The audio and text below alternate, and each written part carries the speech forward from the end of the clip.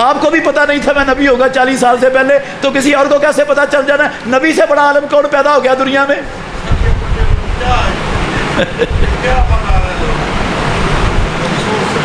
کیا مولا علی کہنا جائز ہے؟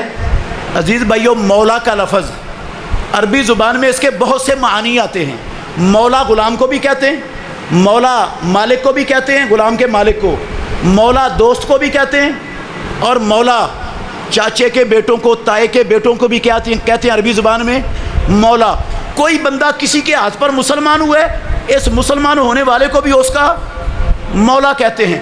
یہ سارے لفظ، یہ معنی عربی زبان میں لفظ مولا کے ہیں۔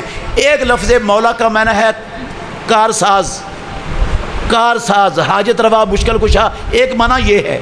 ہم مولا کا لفظ جب اللہ کے سوا کسی کے لیے بولتے ہیں تو دوست کے معنی میں بولتے ہیں۔ کس معنی میں بولتے ہیں؟ آپ کہتے ہیں مولانا فلان، مولا کا لفظ بولا کہ نہیں؟ ہاں، اور فلاں کو مولا کہتے ہیں کہ نہیں؟ مولانا، مولا بھی کہا اور ہمارا ساتھ کہہ دیا، تو مولا علی کیوں نہیں کہہ سکتے؟ مولانا جب کہہ سکتے ہیں تو مولا علی کیوں نہیں کہہ سکتے؟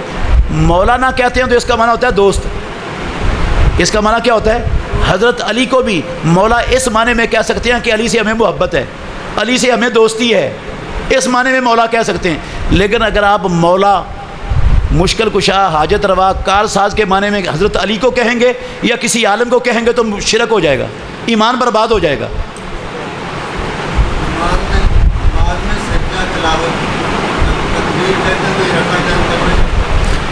نماز میں سجدہ تلاوت کے لیے جاتے وقت رفع الیدین کرنا چاہیے۔ عزیز بھائیو، سپیشل کوئی حدیث اس کے متعلق نہیں ملے گی کہ نبی مکرم جب سجدہ تلاوت کے لیے جاتے تو رفع الیدین کرتے۔ یہ تو آتا ہے جب نماز شروع کرتے رفع الیدین کرتے، جب رکوع جاتے رفع الیدین کرتے، جب رکوع سے سر اٹھاتے رفع الیدین کرتے، جب تیسری رکعت کے لیے کھڑے ہوتے رفع الیدین کرتے، جب سجدے سے سر اٹھاتے رفع الیدین نہیں کرتے، یہ آتا ہے۔ لیکن جب سجدے کے لیے جاتے، سجدہ تلاوت کے لیے، تو رفع الیدین نہ آیا ہے نہ کرتے، اور نہ آیا ہے کرتے، اور نہ آیا ہے کہ نہیں کرتے۔ تو اس کے لیے ایک عام حدیث سے استدلال کیا جا سکتا ہے۔ وہ عام حدیث یہ ہے کہ رسول اللہ صلی اللہ علیہ وسلم سجدے کے درمیان سجدے سے اٹھتے ہوئے اور سجدے کو جاتے ہوئے رفع الیدین نہیں کرتے تھے۔ یہ بخاری میں حدیث ہے۔ وہ عام حدیث اس پر بھی فٹ ہوگی، وہ عام حدیث سجدہ تلاوت پر بھی فٹ ہوگی۔ اس لیے سجدہ تلاوت میں رفع الیدین سجدہ تلاوت کے لیے جاتے ہوئے نہیں۔ جب ہم رکوع سے کھڑے ہوتے ہیں رفع الیدین کرتے ہیں، جب سجدے کے لیے جاتے ہیں تو کوئی نہیں کرتے، کوئی نہیں نہ کرتے، تو وہ بھی اسی طرح کا سجدہ ہے، اس کے لیے بھی نہیں کریں گے۔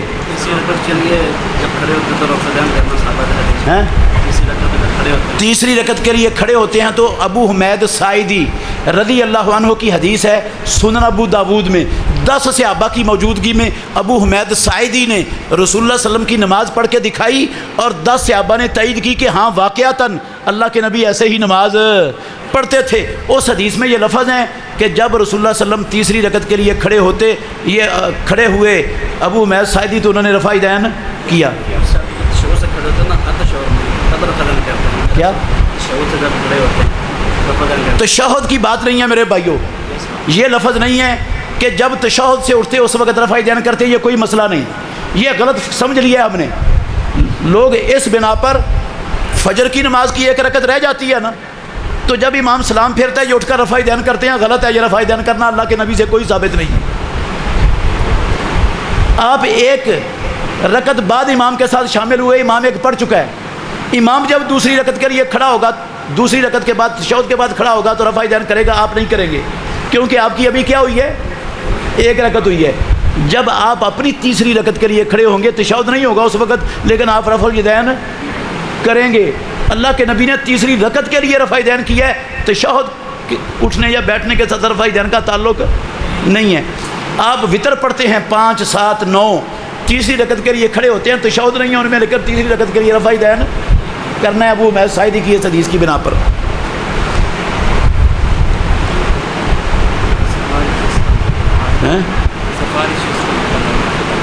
سفارش سسٹم کے بارے میں وضاحت کریں۔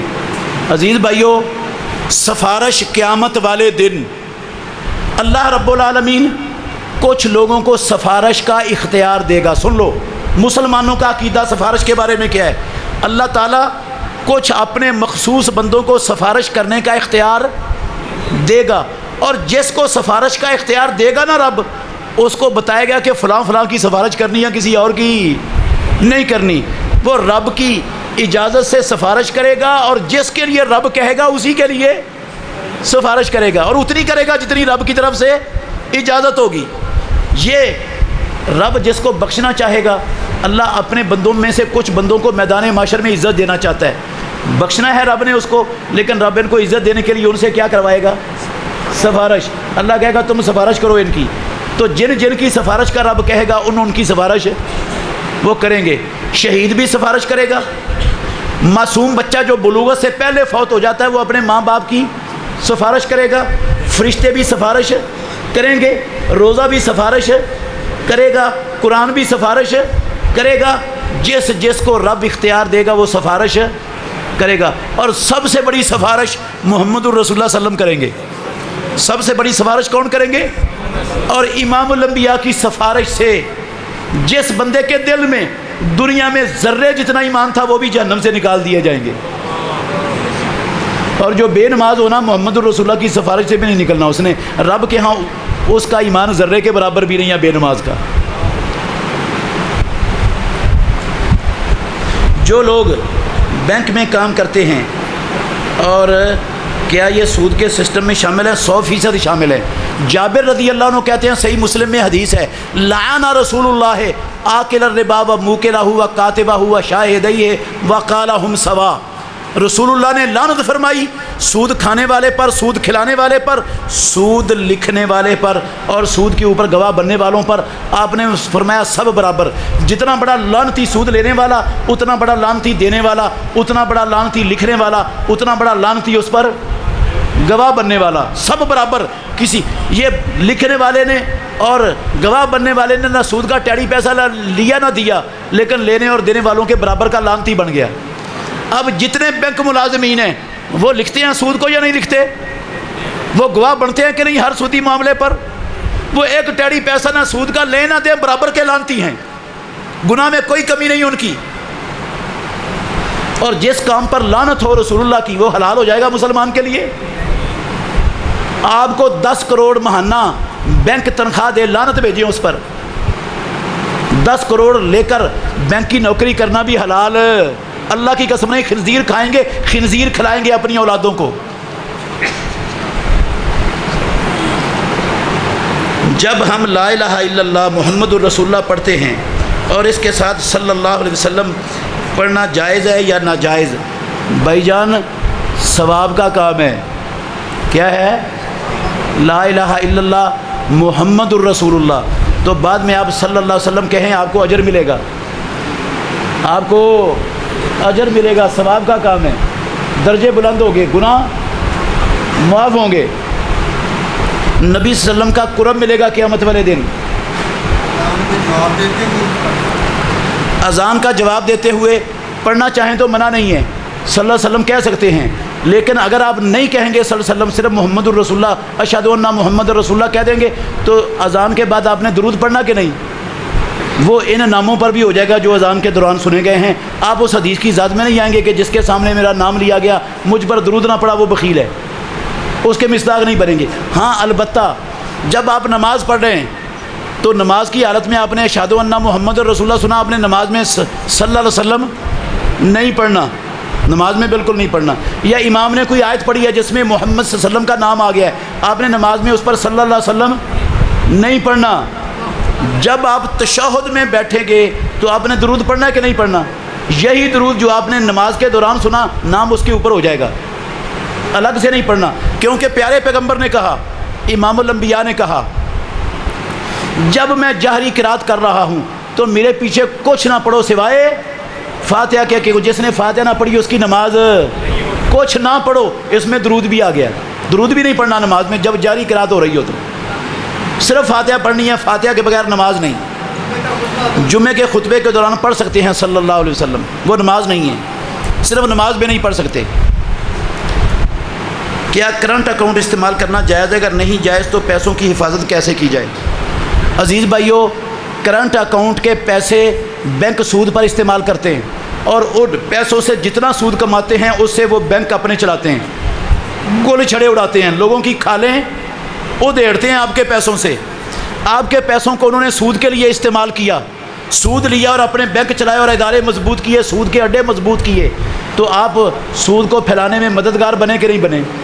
جتنا بڑا لعنتی سود لینے والا، اتنا بڑا دینے والا، اتنا بڑا کرنٹ اکاؤنٹ میں پیسے رکھنے والا، اتنا بڑا لعنتی ہے۔ اس نے چھڑا دیا ہوا ہے ان سود کے اداروں کو، چھڑا میرا لے لو، لوگوں کے گلے کاٹو، خون پیو، میں تم سے ایک ٹیڑی پیسہ بھی نہیں لیتا۔ یہ سیونگ والوں سے بھی بڑا مجرم ہے، ایک لحاظ سے سیونگ والوں سے بھی۔ باقی رہا پھر پیسوں کی حفاظت کیسے کرے، میں یہ بتاؤں گا کیسے حفاظت کرے۔ قرآن نے بتایا ہے، اللہ کے نبی نے بھی بتایا ہے، لیکن پہلے ایک بات سن لیں۔ بینک میں پیسے رکھنے سے، مجھے جواب آپ نے دینا ہے، بینک میں پیسے رکھنے سے محفوظ ہو جاتے ہیں؟ ہاں؟ تو آپ کا یہ سوال کدھر جائے گا کہ پھر حفاظت کیسے کرے؟ بینک بنے تھے پاکستان میں، کوآپریٹو بینک بڑے بنے تھے، قسم اللہ کی مجھے یاد ہے، میں چھوٹا سا تھا، وہ لوگوں کے بینک کی پیسے لے کر بھاگے، آج تک کسی کو پیسے ملے ہی نہیں، محفوظ ہو گئے ہیں۔ میں نے اخبار میں پڑھا، لاہور مال روڈ پر دوپہر کے وقت کوئی فیکٹری کا مالک، صنعت کار، ایک مال روڈ کی بینک سے 4 کروڑ روپیہ لے کے نکلا۔ وہ ڈاکو ریکی میں تھے، پیچھے لگے ہوئے تھے، اس کو دیکھ رہے تھے، ریکی کر رہے تھے اس کی۔ جب وہ گاڑی میں بیٹھ کے مال روڈ پہ چڑھا، انہوں نے گولی ماری، وہ بندہ بھی قتل ہو گیا، گاڑی بھی ایکسیڈنٹ ہو گئی، اور وہ 4 کروڑ روپیہ لے کے بھی چلے گئے۔ بینک نے بچا لیا نقصان سے؟ ہاں؟ ایسی خبریں روزانہ آپ کو سننے میں ملتی ہوں گی، ہو رہا ہے ہمارے ملک میں۔ حاجی صاحب نے کرنٹ اکاؤنٹ میں پیسے رکھے ہوئے ہیں، وہ لینے کے لیے گئے ہیں بینک سے، بینک والے نے وہ 5-5 ہزار کے نوٹ کی دتھی دی ہے، 10 لاکھ کی، اس نے گننی شروع کیا، وہ کاؤنٹر پر کھڑے ہو کر، ابھی 5 نوٹ گنے تھے، وہ کن پٹی پہ آ کر ڈاکو نے پسٹل رکھ دیا، کہتا حاجی صاحب یہ آپ گننے کی تکلیف نہ کریں، ادھر دے دیں، میں خود ہی گن لوں گا۔ وہ لے کر وہ گیا، بینک نے بچا لیا نقصان سے۔ ہاں؟ اور میرے بھائیوں، میرا اور آپ کا عقیدہ کیا ہے؟ جو رب نے میرے مقدر میں نقصان لکھا ہوا ہے، پیدا کرنے والے کی قسم، کوئی بینک دنیا میں نہیں پیدا ہوا جو مجھے اور آپ کو اس نقصان سے بچا لے۔ اور اگر رب نے میرے مقدر میں نقصان نہیں لکھا تو کوئی ڈاکو ایسا پیدا نہیں ہوا جو رب کے لکھے ہوئے کے بدل کر میرا نقصان کر جائے۔ ہمارا رب پر ایمان ختم ہو گیا، بینک پر ایمان قائم ہو گیا ہے۔ بینک پر ایمان ہے، رب پر، رب کی تقدیر پر ایمان ہی نہیں یار، کیسا ایمان ہے ہمارا؟ جو نقصان مقدر میں لکھا ہے وہ ہو کے رہنا ہے، اور جو نہیں لکھا کوئی مائی کا لال کر ساری دنیا مل جائے وہ نقصان نہیں کر سکتا۔ پھر غور کریں، کئی لوگ کہتے ہیں، علماء بھی جواب دیتے ہیں، بھئی یہ مجبوری ہے، میں کہتا ہوں جھوٹ ہے، یہ کوئی مجبوری نہیں، جعلی مجبوری ہے۔ کیوں؟ ذرا 2 دلیلیں سن لینا کہ یہ مجبوری نہیں ہے پیسے بینک میں رکھنا، حفاظت کے لیے کوئی مجبوری نہیں، یہ جھوٹ ہے۔ اس لیے کہ چور صرف پیسوں کے نہیں ہیں، چور مویشیوں کے بھی ہیں۔ گائیوں بھینسوں کی چوری ہوتی ہے کہ نہیں؟ ہیں؟ نہیں ہوتی؟ ہوتی ہے۔ کبھی کسی نے اپنی گائیاں بھینسیں بینک میں جمع کروائیں؟ ہیں؟ وہ مال ہے کہ نہیں؟ اگر گائیوں بھینسوں کی گھر میں حفاظت ہو سکتی ہے تو پیسوں کی کیوں نہیں ہو سکتی یار؟ وہ مجبوری نہیں، یہ مجبوری بن گئی، وہ بھی مال ہے۔ پھر ایک اور انداز سے غور کریں، دنیا میں قسم اللہ کی ساری دنیا کا مال بھی ایک عزت کی قیمت ساری دنیا کا مال نہیں بڑھ سکتا۔ ہر گھر میں عزت ہوتی ہے، ہمارے معاشرے میں عزت کے ڈاکو دندناتے پھر رہے ہیں کہ نہیں؟ اور لوگوں کی عزتیں لوٹ رہی ہیں کہ نہیں؟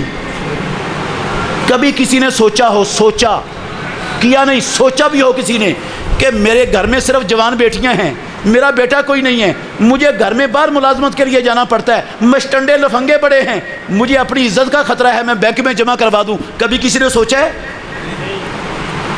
جب عزت کی گھر میں حفاظت ہو سکتی ہے جو پیسوں سے کھرب گنا زیادہ قیمتی ہے، تو یہ پیسے تو ہاتھوں کی میل کچیل ہے، ان کی گھر میں کیوں نہیں ہو سکتی حفاظت؟ ہاں؟ یہ کون سی مجبوری بن گئی یار؟ ہر بندہ اپنی عزت کی حفاظت کرتا تو ٹکوں کی بھی کر لے۔ پھر غور کریں ایک اور انداز سے، آپ نے پیسے گھر میں رکھ لیے، آپ کو کسی نے نہیں کہا مسجد میں اعلان کرو میرے گھر میں 10 کروڑ روپیہ پڑا ہے، کس نے کہا؟ اللہ نے یا اللہ کے رسول نے کہا اعلان کر مسجد میں؟ بھئی آپ نہ بتاؤ کسی کو، اپنی سیکورٹی رکھو، سیکورٹی رکھنے کا حکم دیا ہے۔ اگر کسی ڈاکو کو پتہ چل گیا کہ اس کے گھر میں 10 کروڑ روپیہ پڑا ہے، آپ اپنے گھر میں اسلحہ رکھیں، لائسنس بنا کے رکھیں، اس کو چلانے کا طریقہ آپ کو آتا ہو، ٹریننگ لیں اس کی۔ جب ڈاکو کو پتہ ہوگا نا اس کے گھر میں اسلحہ بھی ہے، اس کو مرنا بھی آتا ہے، مارنا بھی آتا ہے، کوئی ڈاکو جرت نہیں کرے گا آپ کے گھر میں آنے کی۔ اگر کوئی ایسا طاقتور بہادر جری ڈاکو پیدا ہو گیا، اس نے کہا ٹھیک ہے اس کے پاس اسلحہ ہے، اس کو مرنا بھی آتا ہے، مارنا بھی آتا ہے، میں نے اس حاجی کے پیسے لوٹنے ہیں، وہ آ گیا آپ کے گھر میں لوٹنے کے لیے، آپ اس کے ساتھ لڑیں، آپ اس کے ساتھ کیا کریں؟ لڑیں۔ اگر آپ اس کے ہاتھوں قتل ہو گئے تو آپ شہید ہیں، آپ کیا ہیں؟ شہادت کی موت ہے۔ اور یار جس کو گھر میں بیٹھے بٹھائے شہادت کی موت مل جائے، نہ دورہ عامہ کرنا پڑے، نہ دورہ خاصہ کرنا پڑے، نہ دورہ لشکر کرنا پڑے، نہ برف پوش چوٹیاں اور وہ باڑیں کراس کرنی پڑیں، گھر میں بیٹھے بٹھائے شہادت کی موت مل جائے، اور کیا چاہیے؟ امام الانبیاء نے کہا وَمَنْ قُتِلَ دُونَ مَالِهِ فَهُوَ شَهِيدٌ، جو اپنا مال کا دفاع کرتے ہوا قتل ہو گیا وہ کیا ہے؟ شہید ہے۔ اور ایک بات اور سنیں، ڈاکو سے لڑوں گا میں، میری موت سے پہلے ڈاکو قتل کر دے گا نا مجھے، ہیں؟ ایک موت کا وقت رب کے پاس ہے، دوسرا ڈاکو کے پاس ہے، ایسا ہی ہے نا؟ یہی ہے نا ہمارا؟ اور موت کا وقت ایک ہے، دو نہیں ہے۔ اگر نہیں آیا نا ڈاکو اللہ کی قسم نہیں مار سکتا، مرنا اس وقت ہے جب رب کا لکھا ہوا وقت آئے گا۔ تو سمجھ آئی؟ ٹرانزیکشن کی حد تک یہ مجبوری ہے۔ اکاؤنٹ کھلوائیں کس کے لیے؟ ٹرانزیکشن کے لیے۔ آپ گورنمنٹ کے ملازم ہیں، فیکٹری کے ملازم ہیں، آپ کی تنخواہ بینک کے ذریعے آتی ہے، اکاؤنٹ کھلوائیں، لیکن جو ہی آپ کی تنخواہ ہے آپ پیسے اٹھا لیں، صرف اتنے کو رہنے دیں جس سے آپ کا اکاؤنٹ زندہ رہے۔ آپ تجارت کرتے ہیں بین الاقوامی یا نیشنل تجارت کرتے ہیں، فیکٹری لگائی ہوئی ہے آپ نے، آپ اپنا سامان تیار کر کے بلٹی کر دیتے ہیں اور آپ کے پاس ٹائم نہیں ہے اگرائی کرنے کے لیے جائیں، آپ ان کو اکاؤنٹ کا نمبر دے دیتے ہو، بھئی جب آپ کو بلٹی ملے اس اکاؤنٹ میں پیسے جمع کروا دینا۔ آپ اکاؤنٹ کھلوائیں، جو ہی آپ کے اکاؤنٹ میں آپ کے پیسے آئیں اسی دن اٹھا لیں، وہاں رہنے نہ دیں، اتنے کو رہنے دیں جن سے آپ کا اکاؤنٹ زندہ رہے، تو اللہ آپ کی پکڑ نہیں کرے گا انشاءاللہ۔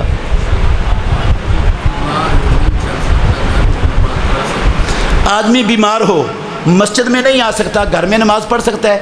اگر واقعتاً اتنا بیمار ہے کہ مسجد میں آنا اس کے لیے ناممکن ہے تو پھر گھر میں ہو جائے گی نماز اس کی، لیکن اگر مسجد میں آنا ممکن ہے تو پھر گھر میں نہیں پڑھ سکتا بیمار بھی۔ اللہ کے نبی کتنے بیمار تھے، آپ نے گھر میں نہیں پڑھنا پسند نہیں کیا، مسجد میں گئے۔ کیا ذکر اذکار تسبیح کے دانوں پر پڑھنا جائز ہے؟ عزیز بھائیو، سنت کے خلاف ہے۔ اللہ کے نبی نے حکم دیا ہاتھوں کی انگلیوں پر گننے کا، سنت ہاتھوں کی انگلیوں پر گننا، دائیں ہاتھ کی انگلیوں پر، تو ہم تسبیح پر گنیں گے تو یہ سنت ختم ہو جائے گی کہ نہیں؟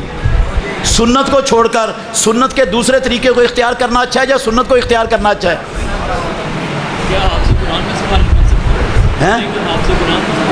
حافظ قرآن بھی سفارش کرے گا یا نہیں؟ بھئی حدیث کوئی نہیں ہے جس میں ہے کہ حافظ قرآن اپنے ماں باپ کی سفارش کرے گا، کوئی صحیح حدیث دنیا میں نہیں ہے۔ اللہ اختیار دے گا تو کرے گا، رب جس کو اختیار دے گا سفارش کا وہ کرے گا۔ قرآن کے حافظ کے لیے کوئی گارنٹی نہیں ہے کہ یہ بھی سفارش کرے گا، اس کو اختیار ملے گا، یہ کوئی حدیث نہیں ہے صحیح۔ صف میں جگہ نہ ہونے کی صورت میں اگلی صف سے بندہ کھینچے یا پھر اکیلا ہی کھڑا ہو جائے؟ بھئی اکیلا کھڑا ہو جائے، اگلی صف سے بندہ نہ کھینچے۔ یہ جو اکیلا کھڑا ہوا ہے نا، یہ مجبوری سے کھڑا ہوا ہے، شوق سے نہیں کھڑا ہوا۔ اور اصول ہے اسلام کا الضرورات تبیح المحظورات، جو مجبوریاں ہوتی ہیں وہ ممنوع چیزوں کو مباح کر دیتی ہیں۔ اس اصول کی بنا پر اس کی نماز ہو جائے گی۔ البتہ اگر اگلی صف میں جگہ تھی اور پیچھے اس نے اکیلے کھڑے ہو کر نماز پڑھی تو اس کی نماز نہیں ہونی، جگہ ہونے کے باوجود پڑھے گا تو نہیں ہونی، مجبوری سے پڑھے گا تو نماز ہو جائے گی۔ اگلی صف سے اس لیے غلط ہے کہ پیارے پیغمبر نے فرمایا جو صف توڑے اللہ اس کو توڑ دے، وہ اس نے صف توڑی ہے وہ نبی کی بد دعا کا مستحق بن جائے گا۔ نمبر 2، امام الانبیاء نے کہا پہلی صفوں کو مکمل کرو، جو بھی نقص ہو وہ سب سے آخری صف میں ہو۔ اس نے بندہ کھینچ کے پہلی صف میں نقص پیدا کر دیا کہ نہیں؟ یہ دوسری حدیث کی مخالفت کی۔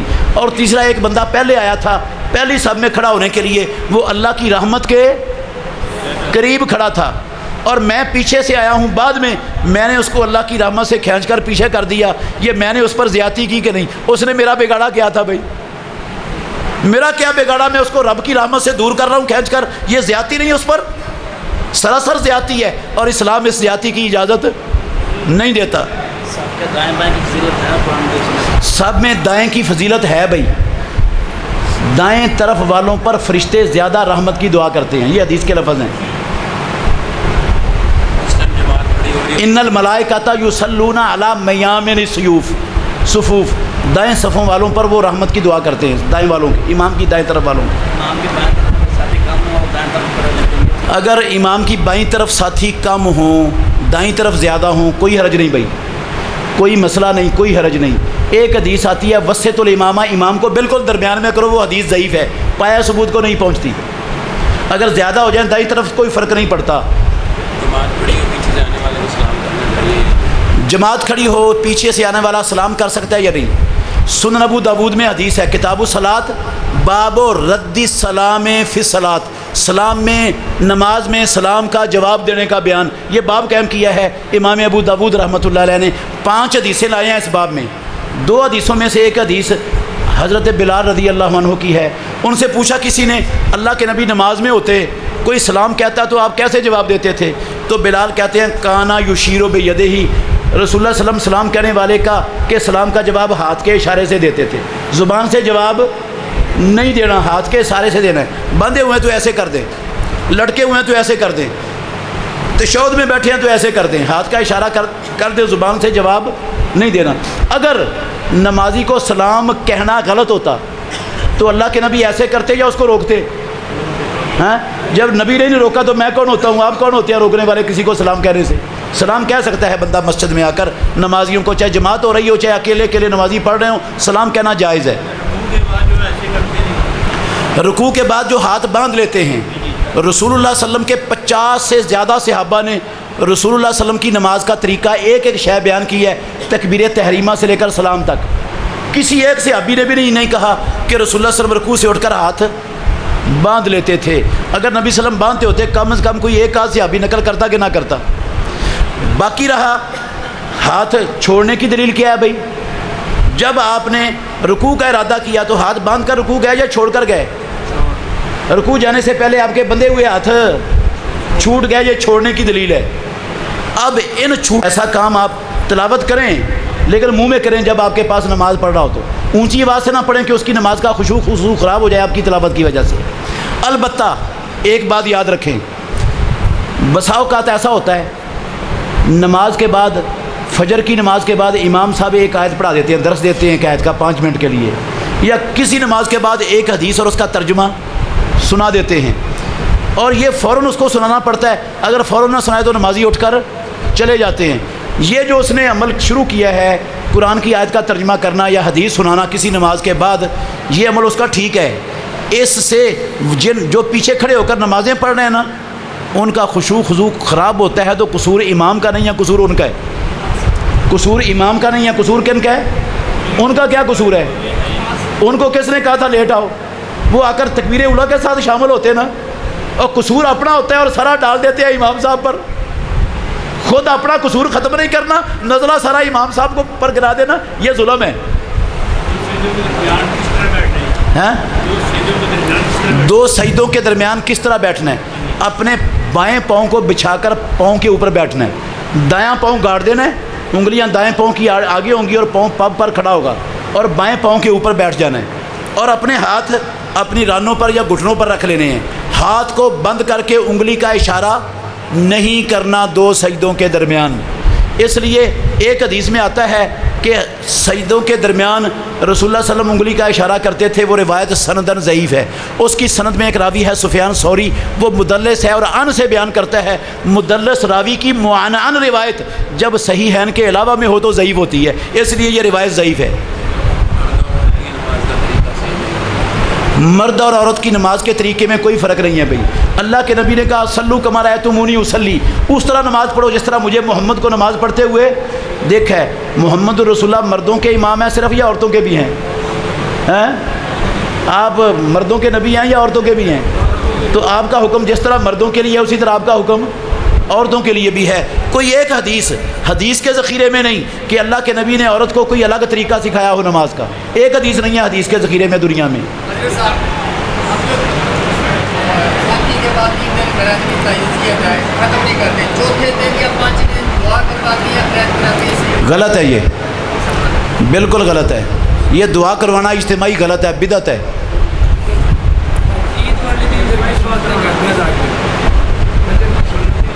فجر کی سنتیں ایک بندے نے گھر میں پڑھی ہیں، پھر مسجد میں آیا ہے اور جماعت کھڑی ہونے میں ابھی ٹائم باقی ہے، تو وہ 2 رکعتیں پڑھ کے بیٹھے گا، مسجد کا حق ادا کر کے بیٹھے گا، اس کے بغیر بیٹھنا اس کے لیے جائز نہیں۔ اپنی اپنی دعا کرنی چاہیے، امام بھی ہاتھ اٹھا کر کرے، آپ بھی کریں، اپنی اپنی کریں سب۔ مسجد کے فنڈ سے امام کو تنخواہ دینا جائز ہے، بھئی امام مسجد کی ضرورت ہے، امام مسجد کی ضرورت ہے، اور جتنی